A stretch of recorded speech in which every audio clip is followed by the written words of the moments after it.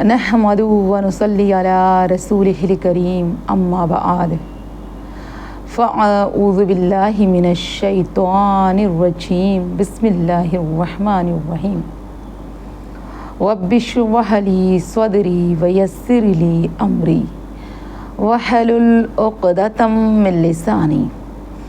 ویفقہوا قولی صدق اللہ مولانا علی العظیم وصدق رسولہ النبی الامین الکریم ونحن علی ذلک لمن الشاہدین والشاکرین والحمد للہ رب العالمین۔ ناظرین و ناظرات، محبوب کے محبوب شہر کی فضیلت، میرے سرکاری دو عالم صلی اللہ علیہ وسلم کے محبوب شہر کی فضیلت حدیث شریف میں ہے کہ مدینے کی مٹی میں شفا ہے۔ ہمارے سرکار مدینہ مختار دو عالم صلی اللہ علیہ وسلم نے فرمایا، والذی نفسی بیدی ان فی غبارہا شفاء من کل داء، قسم ہے اس ذات کی جس کے دستے قدرت میں میری جان ہے، مدینے کی مٹی ہر بیماری کے لیے سرکار نے فرمایا شفا ہے۔ مدینے کی مٹی کوڑھ کی بیماری کو دور کر دیتی ہے۔ حضرت ثابت ابن قیس رضی اللہ تعالی عنہ سے روایت ہے کہ سرکار مدینہ صلی اللہ علیہ وسلم نے فرمایا،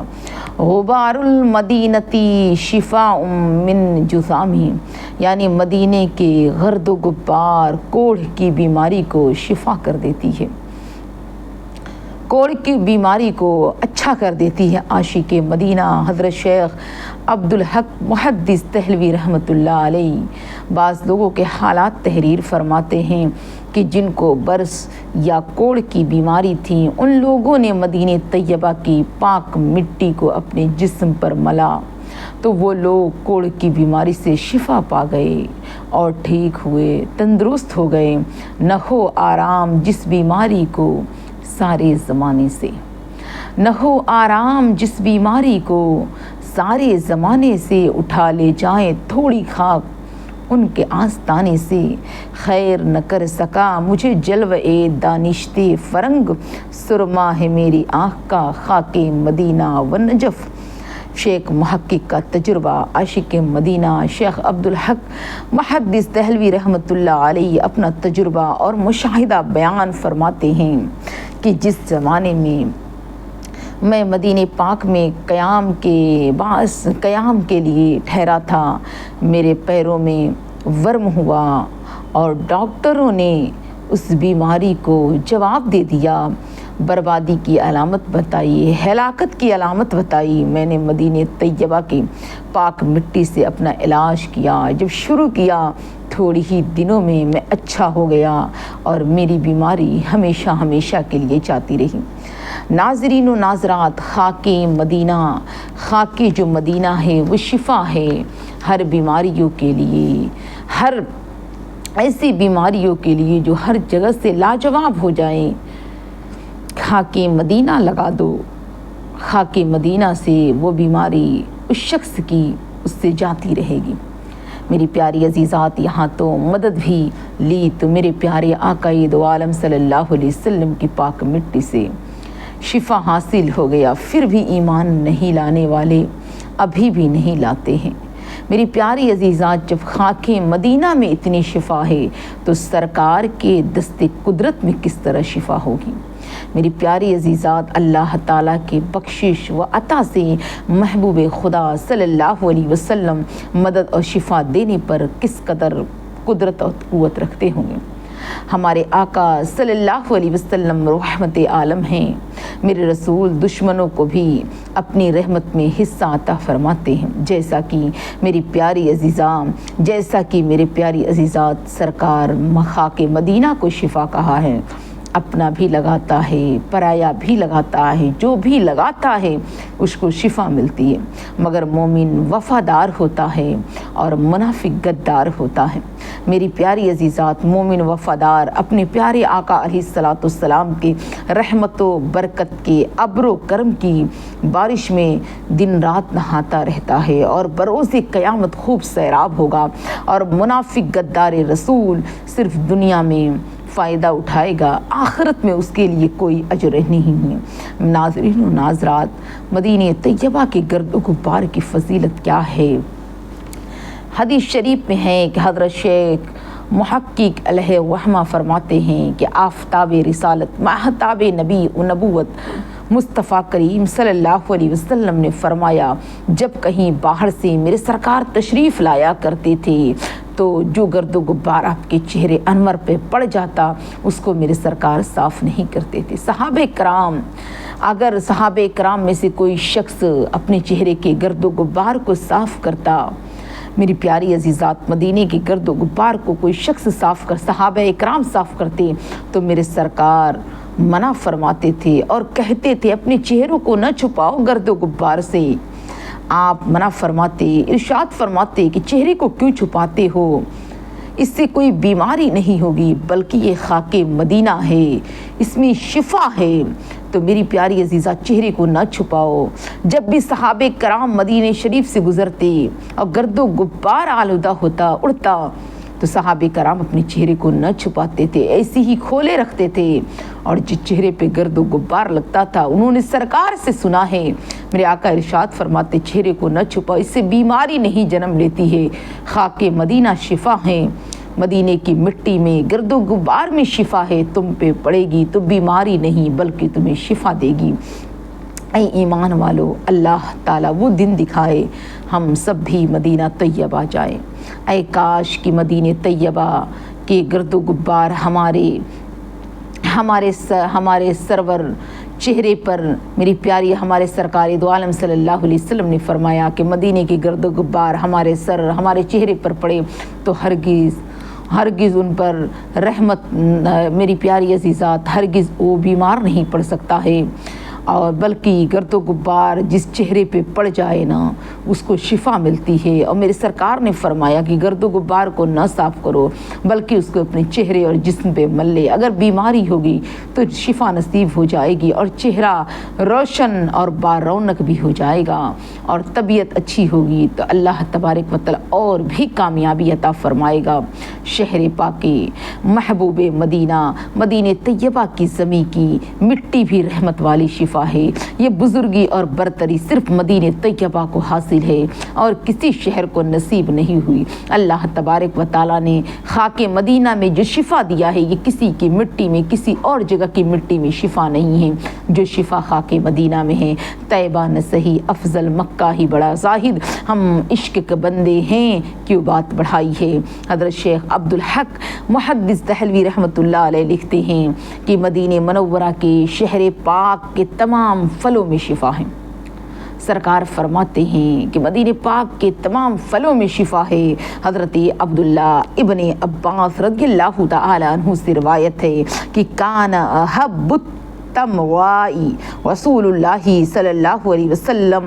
العجوت، یعنی رسول خدا صلی اللہ علیہ وسلم کے تمام قسم کے کھجوروں میں اجوا کھجور زیادہ پسند تھا۔ میری پیاری عزیزات، میرے سرکار اجوا کھجور کو بہت پسند کرتے تھے۔ ام المومنین حضرت عائشہ صدیقہ رضی اللہ تعالی عنہ فرماتی ہیں کہ اجوا کھجور کی اصلیت اس درخت سے ہے جس کو رسول خدا صلی اللہ علیہ وسلم نے اپنے دست مبارک سے لگایا ہے۔ سرکار نے اپنے ہاتھ سے جس کھجور کے درخت کو لگایا ہے وہ درخت اجوا کھجور تھا، اور میری ناظرین و ناظرات، اجوا کھجور میرے سرکار کو بہت پسند ہے۔ میری پیاری عزیزات، اجوا جنت کے کھجوروں میں سے ہے، وہ زہر کو دور کر دیتا ہے، جادو کو ختم کر دیتا ہے۔ سرکار مدینہ صلی اللہ علیہ وسلم نے ارشاد فرمایا، جو شخص 7 عدد اجوا کھجور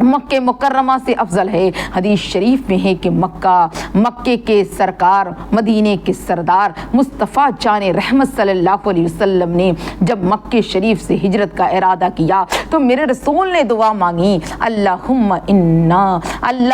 انک ان اخرجتنی من احب البقاء الی فاسقنی فی احب البقاء الیک، یعنی اے اللہ اگر مجھے میری بہت پسندیدہ جگہ مکہ سے باہر کرتا ہے تو میری سکون اور قیام کے لیے ایسی جگہ کو منتخب فرما جو پروردگار عالم تیرے نزدیک تمام مقامات میں محبوب ترین مقام ہو۔ عاشق مدینہ شیخ عبدالحق محدث دہلوی رحمۃ اللہ علیہ تحریر فرماتے ہیں، اس حدیث شریف کو بیان فرمانے کے بعد تحریر فرماتے ہیں، ہمارے مشفق اور مہربان رسول دو جہاں صلی اللہ علیہ وسلم کا دعا یقیناً قبول ہوئی، جس کی برکت کا یہ مقام ہے۔ مدینہ طیبہ تمام مقامات میں افضل و اعلیٰ ترین جگہ ہے، اسی وجہ سے فتح مکہ کے بعد بھی میرے آقا دو جہاں صلی اللہ علیہ وسلم نے مکہ مکرمہ میں قیام سکون کو پسند نہیں فرمایا، بلکہ مدینہ طیبہ ہی کا قیام و آرام کو میرے رسول نے پسند کیا۔ صاف طور پر ظاہر و ثابت ہو گیا کہ مدینہ طیبہ مکہ مکرمہ سے افضل و اعلیٰ ہے۔ عاشق مدینہ مشہور بزرگ شیخ عبدالحق محدث دہلوی رحمۃ اللہ علیہ فرماتے ہیں، ہر مومن مسلمان کو چاہیے کہ نسبت اور تعلق کا خیال و لحاظ رکھتے ہوئے محبت کے مشرف پر قائم رہا جائے۔ ایمان والو اس پر قائم رکھیے اور مدینے سے محبت کیجیے۔ اللہ تبارک و تعالیٰ نے اپنے محبوب کو سب سے بہترین پسندیدہ جگہ، محبوب شہر، دنیا کے تمام شہروں میں اعلیٰ شہر مدینہ طیبہ میں میرے رسول کو رکھا، آخری قیام گاہ بنایا، سب سے پسندیدہ جگہ مدینہ ہے۔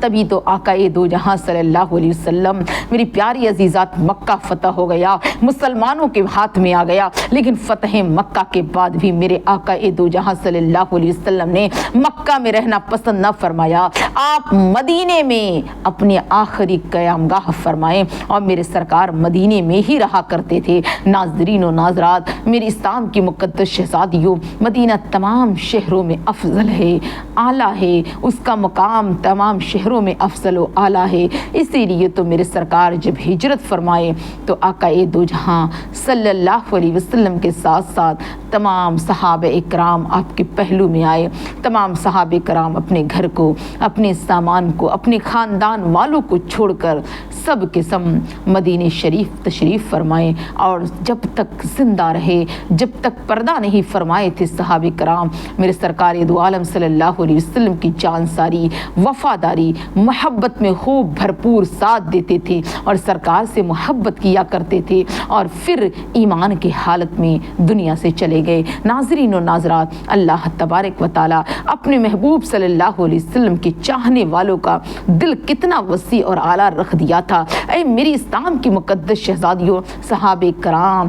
جب تک باحیات رہے، پردہ نہیں فرمائے تھے، رسول کی زندگی میں، رسول دو جہاں صلی اللہ علیہ وسلم کی خدمت میں رہے۔ ناظرین و ناظرات، اب پوری زندگی صحابہ کرام نے میرے رسول کی غلامی کی، اور غلامی کر کے صحابہ کرام فخر محسوس کرتے تھے کہ ہمارا مقام مرتبہ کیا ہے، ہم وہ خوش نصیب، کاش کہ ہمیں سرکار کی خدمت کرنے کا، سرکار کی تعظیم کرنے کا ہمیں موقع مل جائے۔ اور جب موقع ملتا تھا صحابہ کرام کو رسول کی تعظیم کے لیے تو دل کھول کر تعظیم کرتے تھے، اور تعظیم کر کر صحابہ کرام، رسول کی تعظیم کر کر صحابہ کرام اپنے آپ پر فخر محسوس کیا کرتے